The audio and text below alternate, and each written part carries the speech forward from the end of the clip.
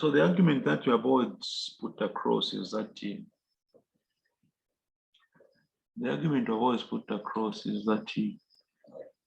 before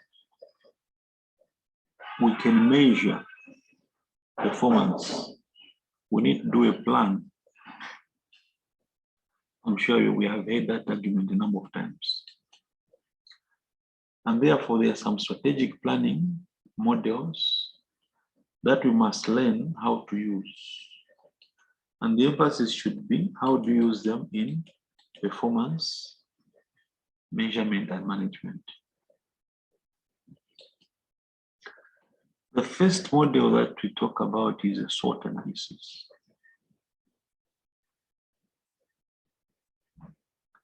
SWOT analysis. SWOT analysis is a tool that we use in strategic management.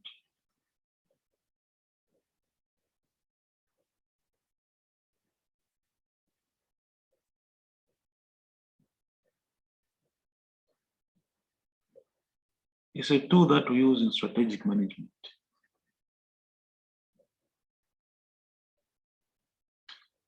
This tool involves identifying the internal strengths and weaknesses. This tool involves identifying the opportunities and the threats.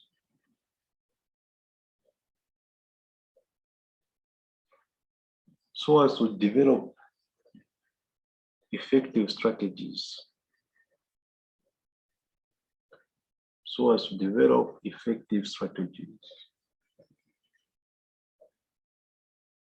So SWOT analysis is a very powerful tool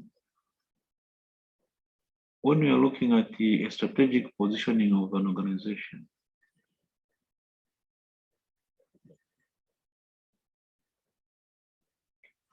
When you look at strategic positioning of an organization,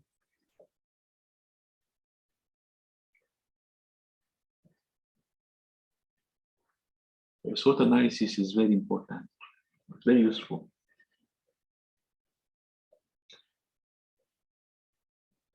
But on this paper, the emphasis is on how can we use a SWOT analysis in performance management. And that's what we want to zero in on.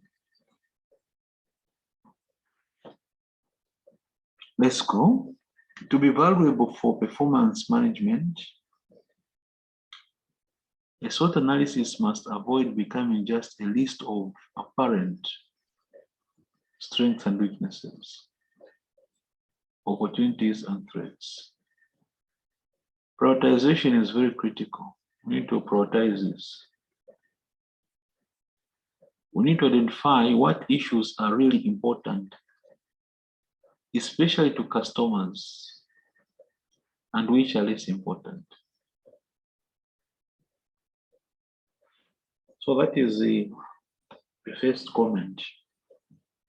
It's not just a simple list, no, but we must prioritize.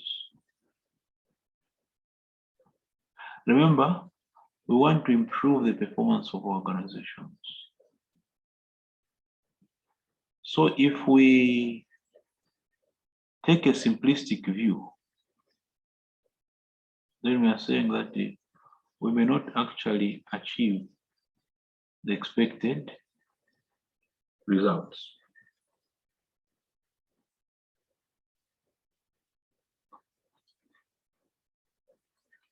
Let's go. Specifically, what aspects of SWOT can help with performance management? What specific aspects can help? A SWOT analysis can help us to identify weaknesses, which we must address. If you address the weaknesses, what will happen to the performance?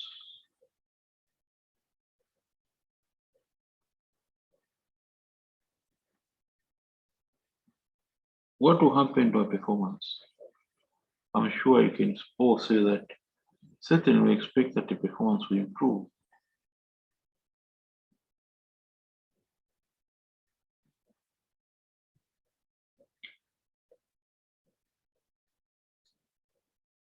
SWOT analysis can help us to identify key aspects of performance. SWOT analysis can help us identify key aspects of performance. And these key aspects are what we call critical success factors.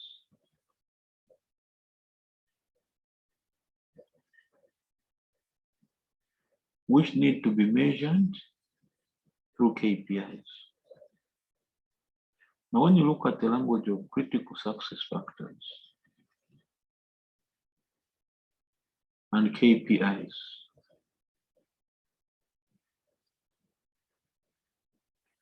this is what our course is all about. This course is about developing critical success factors and KPIs. So a SWOT can help us. Those items that, for instance, areas where we exhibit weaknesses, and the customers help us identify these areas. Then it means that these areas are critical to the success of the company. They are critical.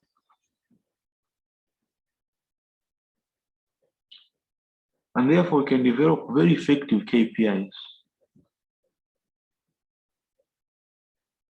We can develop effective KPIs.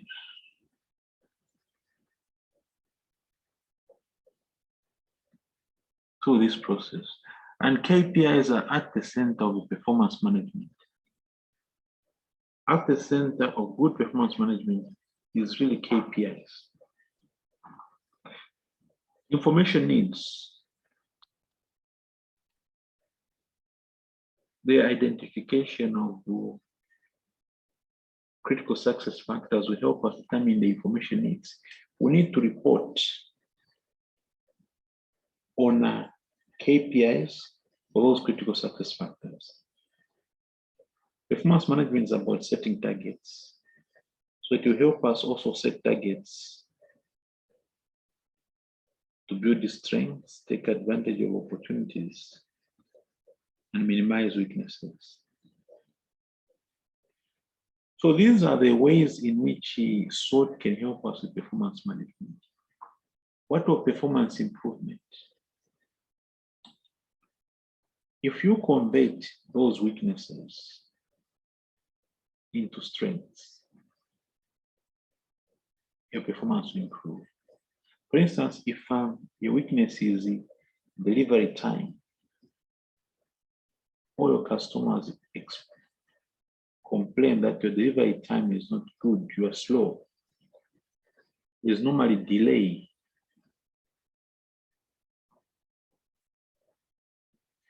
Then you start delivering on time. You start delivering on time. What will be the effect? So that weakness can be converted into a strength. That's how you improve performance. The strengths that you have on their own are not as helpful.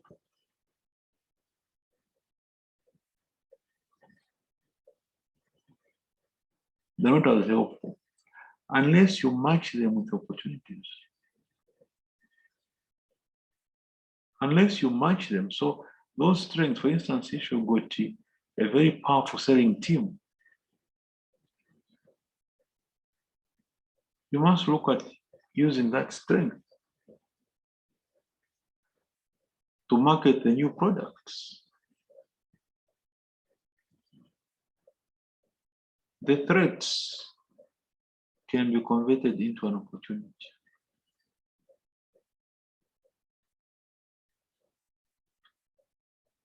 that new competitor that is setting up, why don't we acquire it?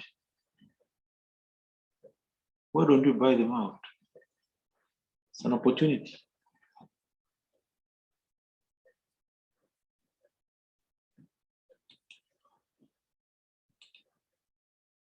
Let us move on to another one.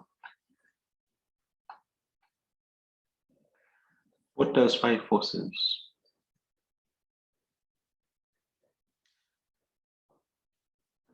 At industry level,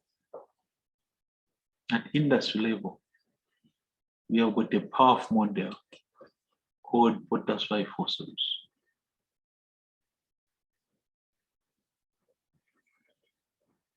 So what does 5 forces is a model that you can use because one thing that certainly is going to affect the performance of your company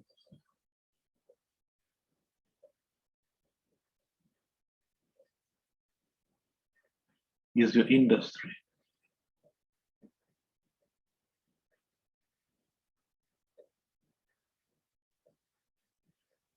So industry performance is likely to affect the performance of your organization.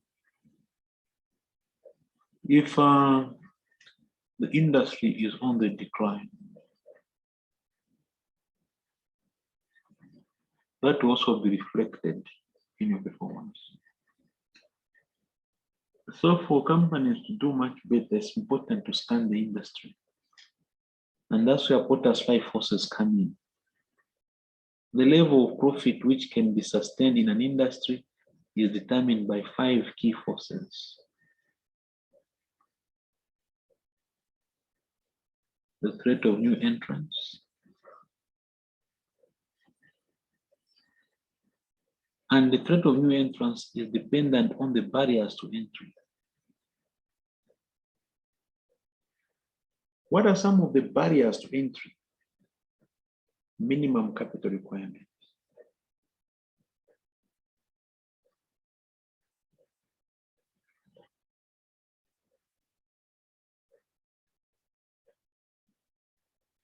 Minimum capital requirement. Minimum capital requirement, that can be a barrier. Economies of scale. Economies of scale.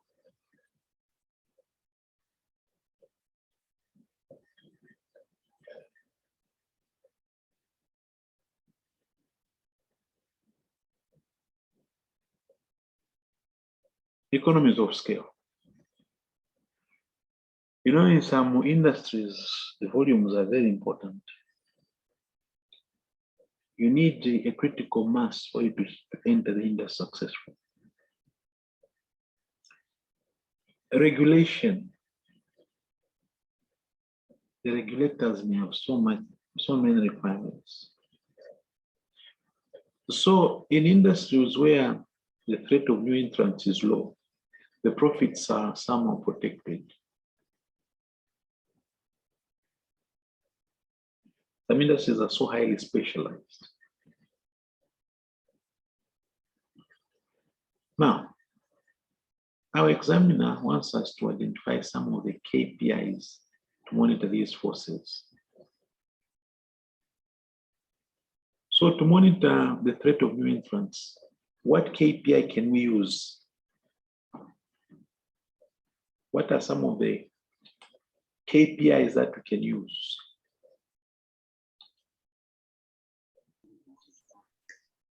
Market share. Market share, the threat of a new entrant. Imagine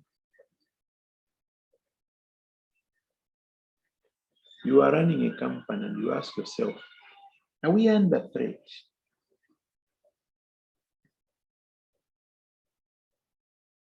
Yeah, you can say if my market share is large,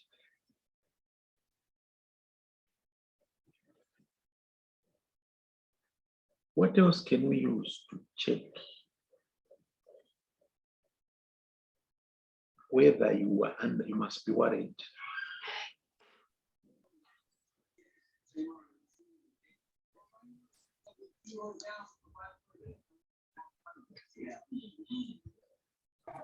Number of new entrants. Okay. What volume of your revenue is patented? Oh, 80% of my volume is patented. Should I be worried about new entrants? I'm protected. I'm really protected because this is guaranteed revenue for me.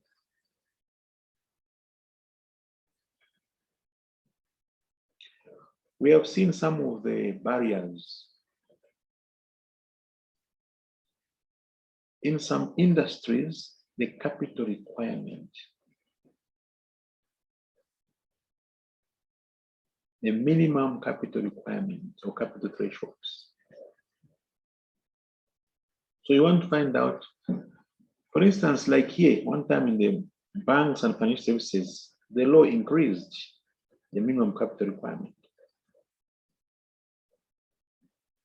The other one we can talk about is the level, the proportion of fixed costs. The proportion of fixed cost to total cost.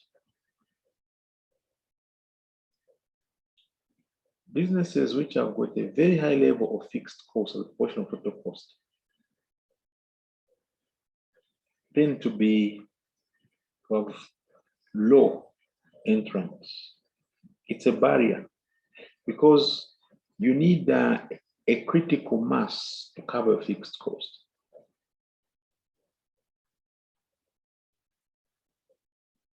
So you need to keep on scanning the index. Or as Albert said, you want to look at how many new entrants have we had in the last 5 years? Are there any new players? Or there's been no new player, then you know that it's because the barriers are very high.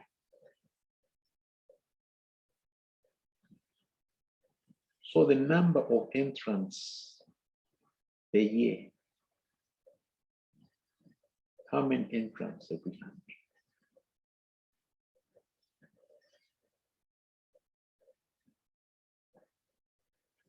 Threat of substitutes. There's more and more substitutes, whatever we do. So how can we measure? We can look at the number of what?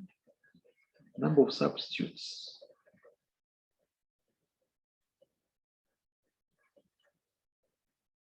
What else? In addition to the number of substitutes.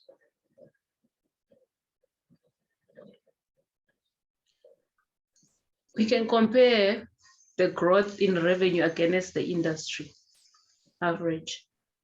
Okay. You know, if you hear that there's a substitute and that substitute performs poorly, is that really a threat? So you look at the performance of the substitute. In addition to the number of substitutes, you can also look at what is the cost of the substitute.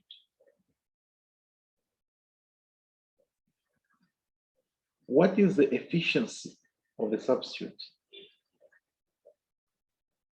What is the price of the substitutes? Because if the substitute products are becoming cheaper and cheaper, so you may want to know the cost efficiency. You want to know the prices of those substitutes. If they're new technology, you want to know how efficient are they. Oh, there's a substitute now which can serve 5 customers at one time. Then, yeah, that's serious. Or the price of the substitute is 10% less our product. The bargaining power of customers, of consumers. How do we measure the bargaining power of consumers?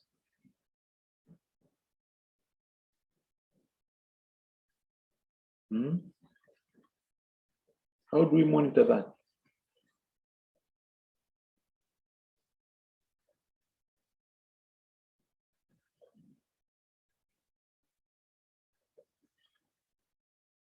The switching costs.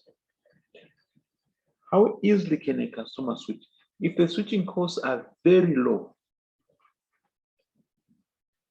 then we know that these customers are very powerful.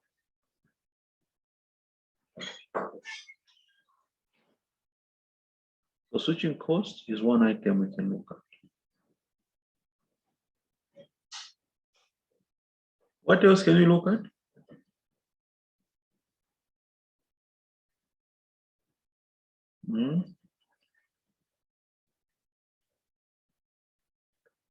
What else can you look at?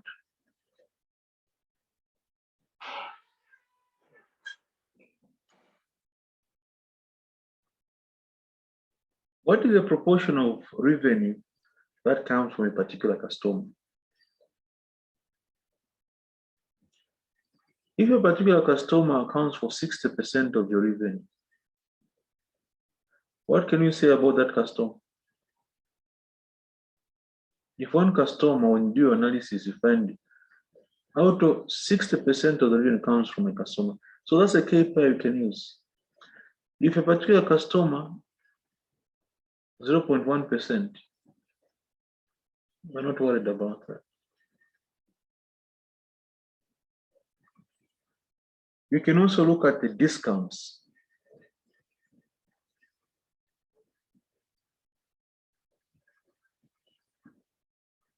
We can look at discounts. How much discounts are customers bargaining for? So look at the discount as a proportion of your revenue. Because if they are able to successfully bargain for you discounts, then they're very powerful. Bargaining power of suppliers.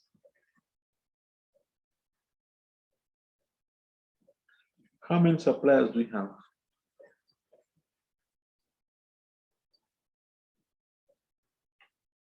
How many suppliers do we have? You also want to look at the switching costs.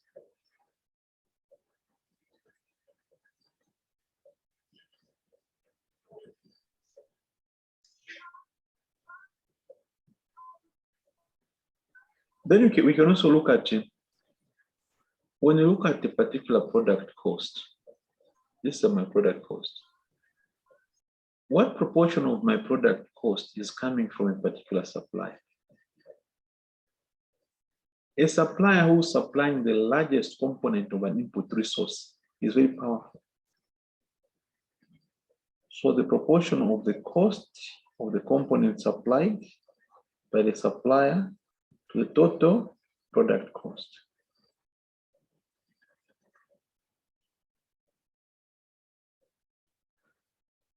Rivalry between existing competitors. What's the level of rivalry? What's the level of rivalry?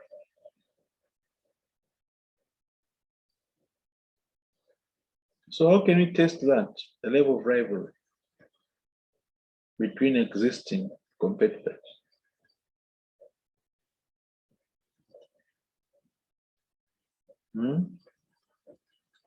What can we use? Number of industry awards. Number of industry awards. Awards.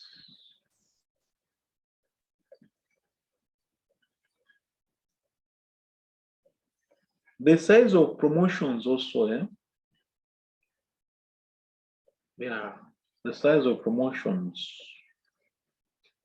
Yeah, where there is huge promotions, that tells that the rivalry is very high. The advertising budgets also.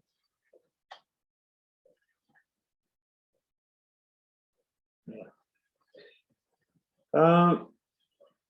Where market growth is very high, where a market is growing, the rivalry is low because the cake is big. But where the growth rate is low, you tend to have a high level of rivalry. We have a high level of rivalry. So the point is, the examiners want us to be able to identify some of the possible KPIs. Not only identifying them, but our examiner also wants us to justify these.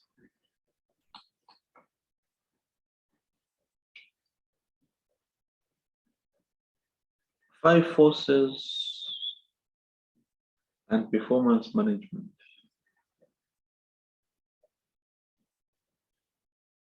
Five forces and performance management. Strength of the forces could affect organization profitability. That's the point. If you have customers or consumers whose bargaining power is very high, those will eat into our profitability.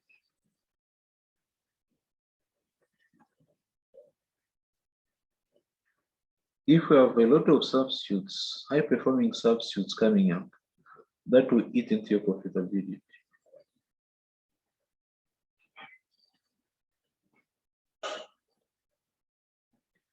Competitive environment is continuously changing. If changes in one or more of the forces are likely to affect performance, we need a performance metric or KPI. So we need a KPI if one of the forces is likely to affect our performance, which allows managers to assess the impact of the change.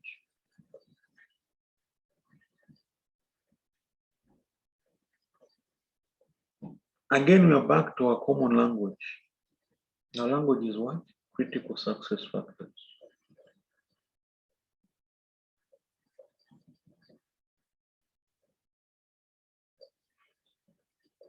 This could help us to identify the critical success areas or areas for success. It can also help us to develop KPIs, which are more relevant.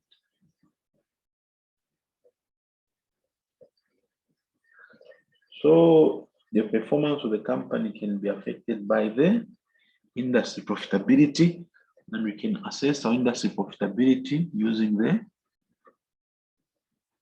Porter's five forces. What are the potential issues with the model? All these models have a challenge. An organization's profitability could be determined by its own competencies. So it's not just about the industry, not just the overall industry, but what competencies do you have? What capabilities do you have?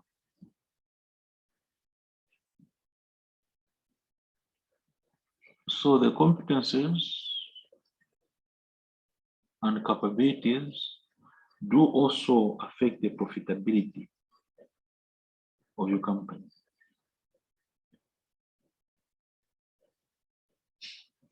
Market definition. How do you define the market?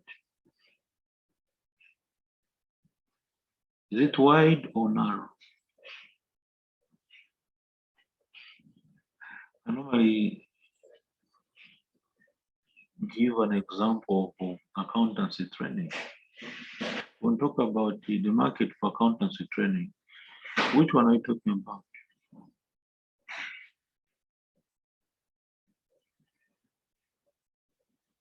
Are you talking about the degree market, technician market, professional courses, international courses, local courses?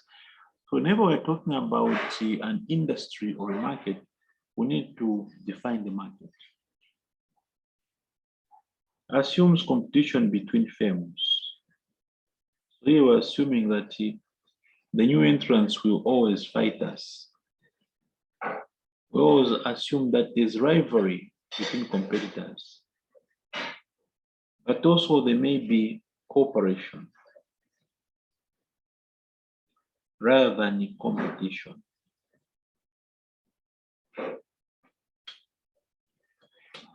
So these are some of the items that we can relate to on the concept of Porter's five forces.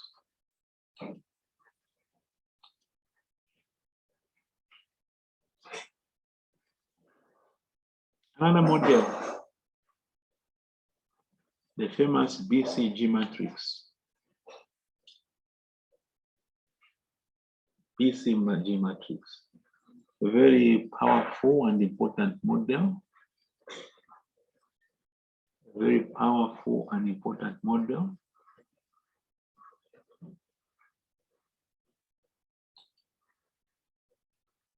The Boston Consulting Group is used to assess how balanced our product portfolio is and our business portfolio. So we must be able to take the various business portfolios that we have, or indeed the various products that we have, and analyze them using two areas: the market growth and also the relative market share.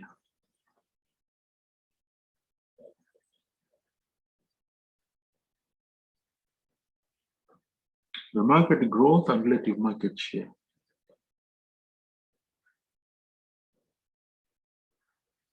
So the market growth would either be low or could be high.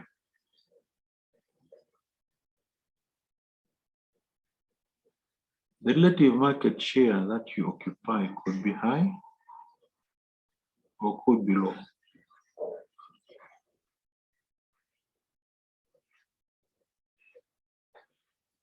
If you have got a product which is in a high growth market and our market share is high, we'll put it here. Now, what qualifies to be high growth? High growth is judged by looking at the national economic growth rate.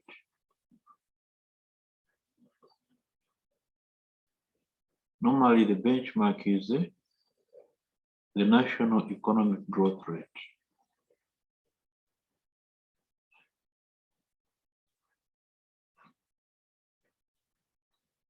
That's what to look at. The national economic growth rate. So if the growth is more than the national economic growth rate, then we say this is high growth.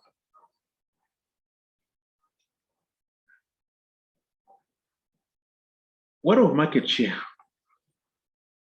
Relative market, it's not just market share, but relative market share. It's in relation to number one. So if you've got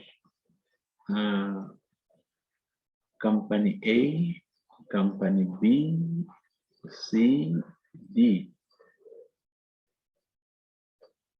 In relation to number one,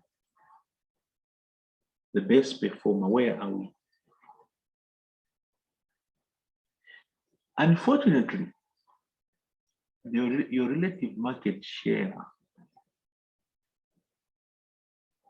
must be measured against the number one. And the only criteria or the only qualification for having a high market share is when your market share is more than one. For instance, the number one in the market has got 35%. That's your market share.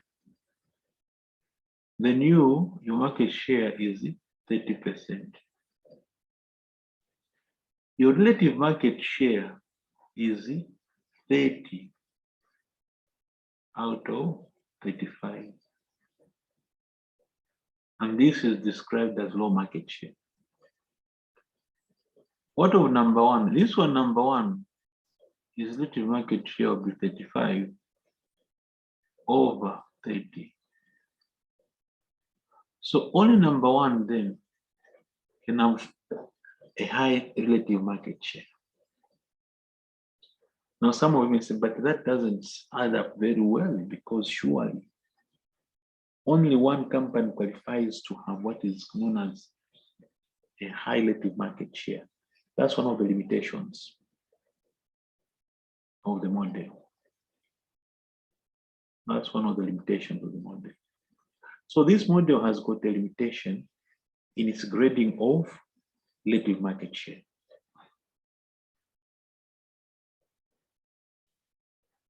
we've got those products which are in high market growth, but you've got a low share.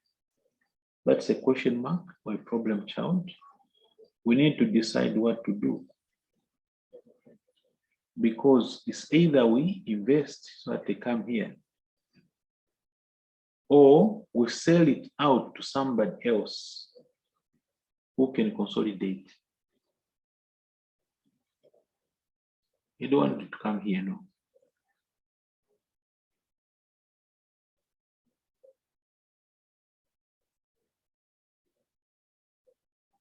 Okay. A product which is a star, you need to invest in it. Eh? Why do you invest in it? Because the market is still growing, so you want to capture that.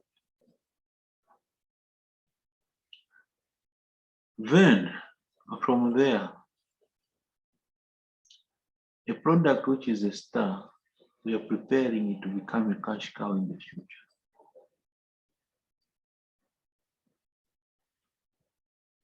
So the market growth is now low, but we have got a high relative market share. And with time, this may become dogs. So on this, we need to get rid of it now. Or if we keep it, it's a good result. So ideally, when it comes to the company, we want to ensure that we've got a balanced portfolio of products. A balanced portfolio of products. BCG Matrix and performance management. Performance measures that we are going to use should reflect the position in the grid. Should reflect the position in the grid.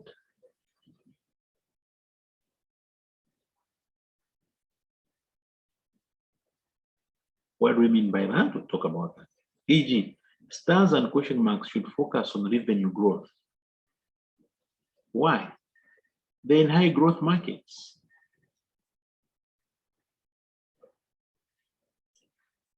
Cash cows should focus more on cost control and profitability.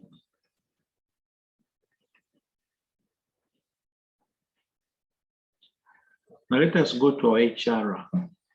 In HR, we covered management styles. Who remembers the management styles? Who remembers the concept of management?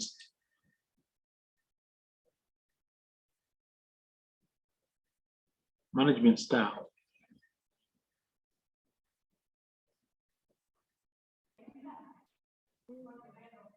Who remembers the concept of management style? Profit conscious, non-accounting, and budget constraint. Okay, so we say that the issue of management styles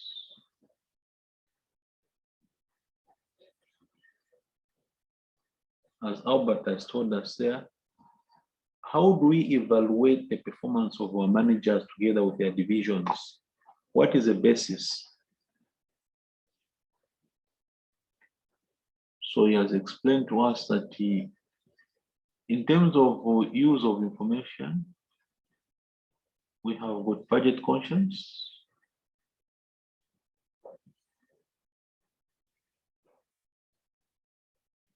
or budget constraint, profit conscious, and non-accounting style.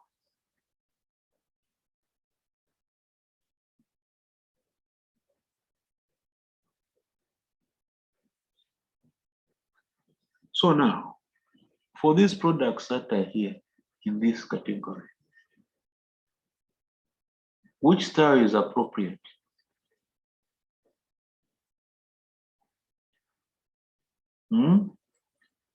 And these that are here, which one is appropriate? In high growth market, we cannot afford to be so much concerned about short-term budget performance. This requires a profit conscious style. This profit conscious is what we need. Because the market is growing. So we must look at long-term effectiveness. We need to look at long-term effectiveness here. We must look at the long-term performance.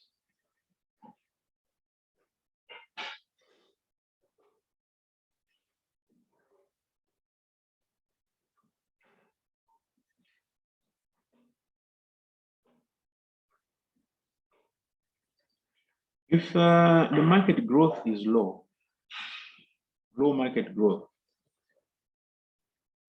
if you've got low market growth,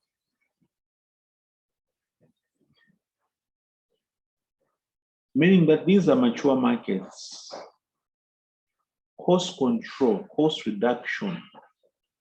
In other words, the budget constraint work very well.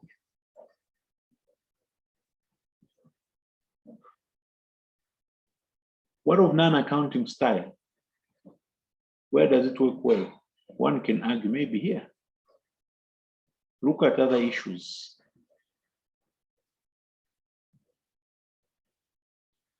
So to remind you, in the budget constraint type, this is where when we look at the performance of the managers, we're much more concerned with short-term budget performance. And our question is, have they lived within their budget?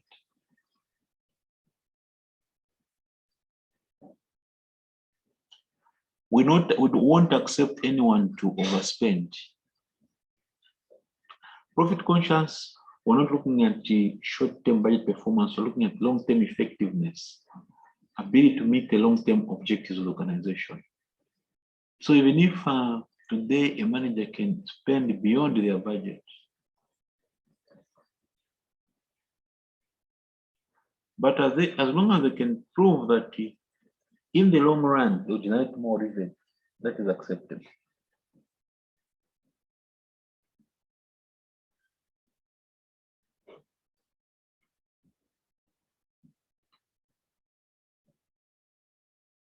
So this is the issue. So the BCG Matrix help us to develop appropriate KPIs which are consistent with the levels of growth. So down here, we need the cost-based KPIs and variance analysis. Here, look at long-term profitability, or as we have indicated here, maybe you must focus more on what? On what? Revenue growth. And also market share. Is the market share growing? What are some of the potential issues with BCG Matrix? Market definition. How do you define the market?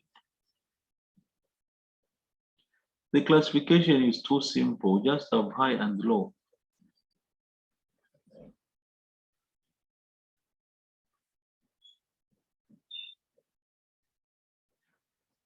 Assume high growth represents attractive industry. High growth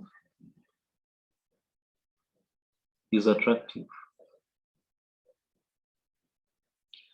But it may not be the case for a firm with limited capital available. So this model shows that we must endeavor to be somewhere here. Now we are saying that may be of no use, no real value. We need to pay attention to the relationship between products. We must not be quick to get rid of the dogs. Why? If you divest the dog,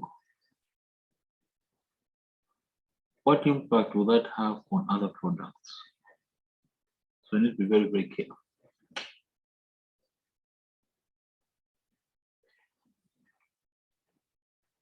We can now get to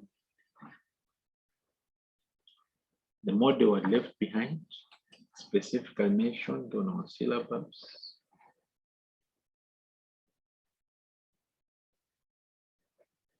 That is now the concept of generic strategies.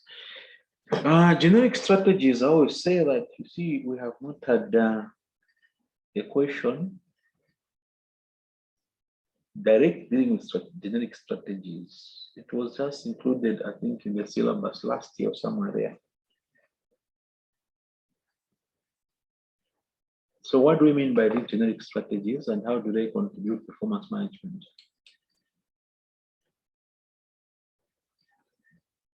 Generic strategies, within their strategic planning, firms need to identify the competitive strategy they intend to use to achieve competitive advantage.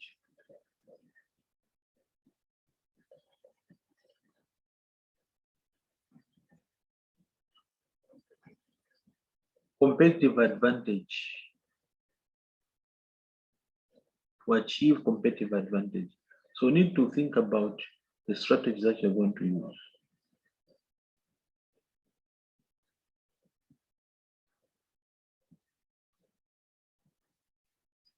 And the Porter helps us here. To be successful, firms either need to be the cost leader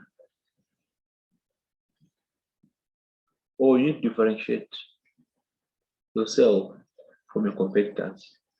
Only two things. So to compete, you can vie for cost leadership, where you want to be the lowest cost producer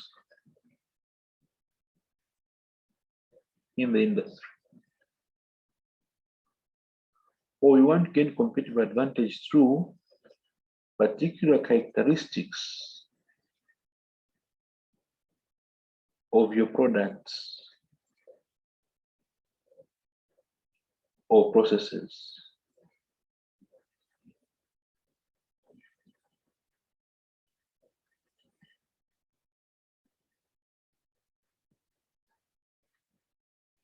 So these are two ways.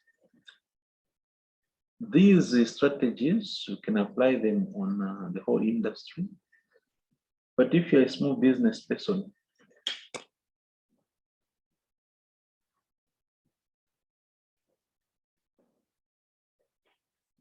you may not have the muscle to attack the whole industry. You may not have the muscle to attack the whole industry.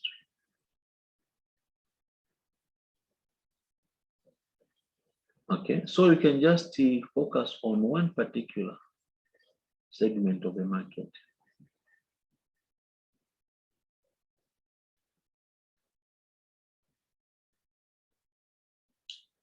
And then once you pick a particular segment within the market, you can again apply cost leadership focus because you are now focused on the market segment, or differentiation focus.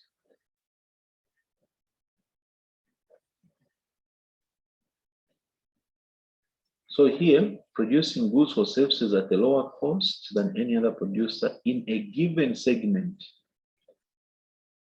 You just focus on a particular segment, or providing a product or service whose characteristics differentiate from rivals in a given market segment.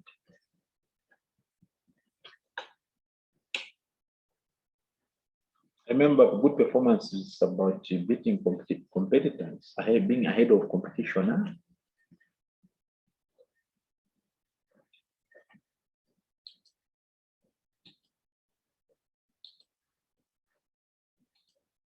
Let's now come to, so what's the implication of these strategies for performance management? What's the implication for performance management?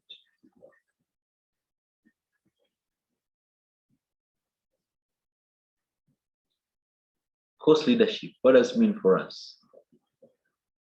Strategies based on keeping costs as low as possible. So how do we manage this? Management information is to report on how well this is being achieved. So for instance, cost control and budget variances. So that's a sort of performance measure and performance report that we explain. One performance report that can tell us how successful are we in keeping costs low. So that's the implication.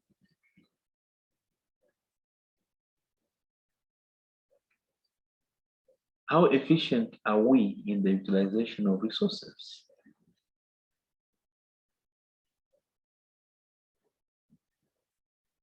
Cost reduction via case and costing. Continuous benchmarking with competitors.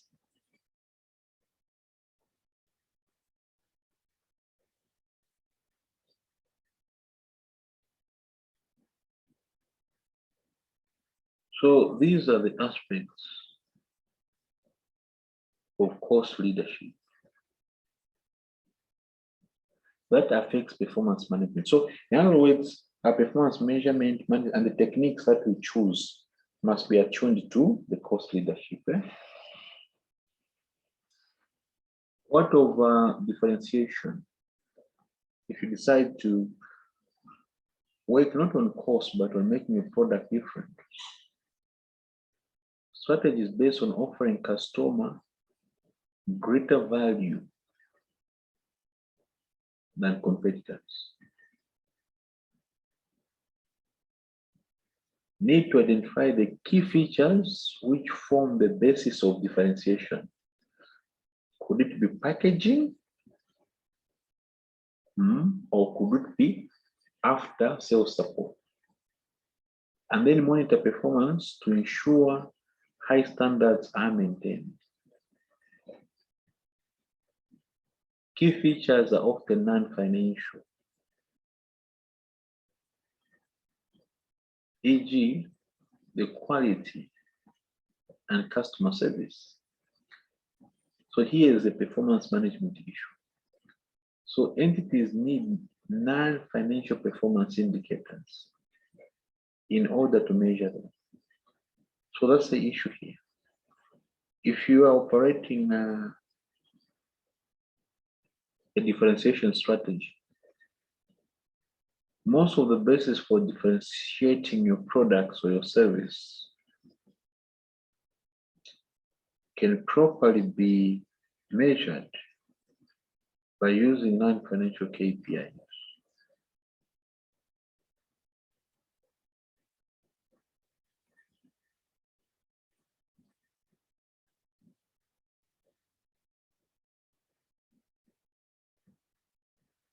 Here, you can argue that most of these seem to be cost-based KPIs.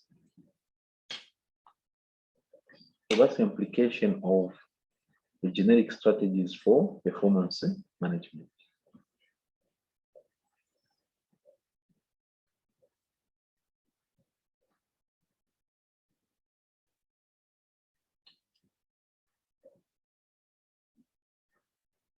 Okay, so these are models.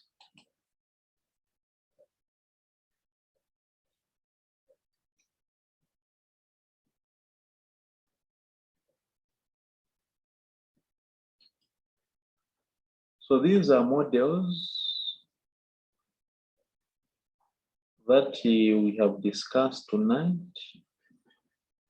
These are models, Porter's 5 forces, generic strategies, SWOT analysis, BCG Matrix, which are specifically mentioned in area A of our syllabus. Specifically mentioned in area A of our syllabus.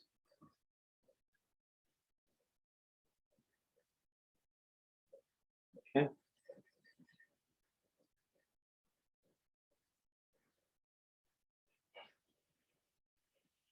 So then, the next area of our review, the final area of our review, is going to be the concept of information systems. Information systems. Okay. Yeah.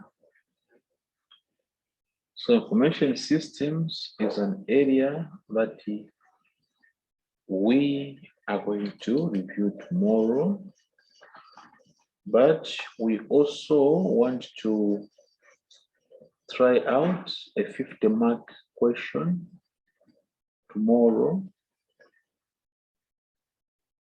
Okay, so tomorrow we want to try out this question. I will share it with you so that you can go through it. We want to try out this question tomorrow. Okay, it's a 50-mark question. So we go through it so that we can remind you of evaluating our performance reports. Okay. And also, so tomorrow we want to review some key questions, 50-mark questions. We want to go through 2 questions so that we can remind you of certain specific items on the syllabus, especially this particular question, which talks about our performance reporting. And this particular question, and we remind you of how to address questions and all that. Okay, so this is June 2017 question, which we want everybody to read through before class. We can discuss it. After discussing it, then we can look at the aspects relating to information systems. What is our time tomorrow again?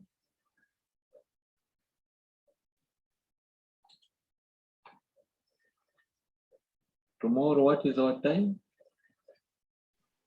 12. 12, eh? Yes. All right.